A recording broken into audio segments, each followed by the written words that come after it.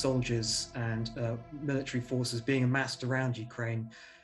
For the second time, in fact, in less than a year, there were forces massed around the same areas in April. They were withdrawn to their barracks. This time round, they've remained poised to threaten, potentially even invade Ukraine.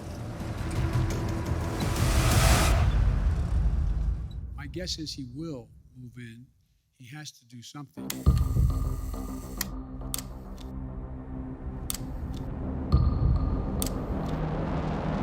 So what the satellite images show is a build-up of quite traditional military equipment, trucks, armoured vehicles, encampments for soldiers. But the thing I'm particularly interested in is the extent to which the Russian Federation, if it is to invade further, commits its air force and its air power to this fight.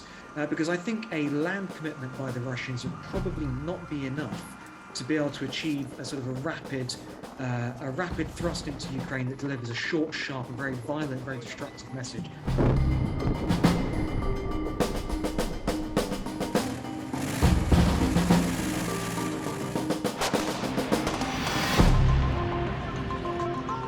Could enhance those forces, sending its troops over the border uncontested, perhaps even try to instill some kind of breakout operation so those two separatist republics move their borders further west and take more territory. The next sort of option that Russia might have is to try to take new territory, and it could bring forces in from multiple directions.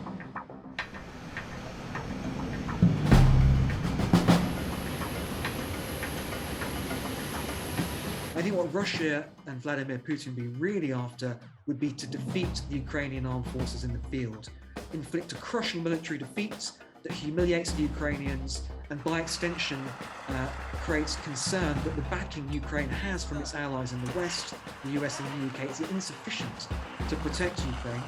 If Russia doesn't commit these troops to battle, both sides, NATO and Ukraine on the one hand and Russia on the other, will try to claim some kind of victory. And I think it's really important not to just jump on the bandwagon and say, well, Russia never committed those troops to battle, Russia has been deterred.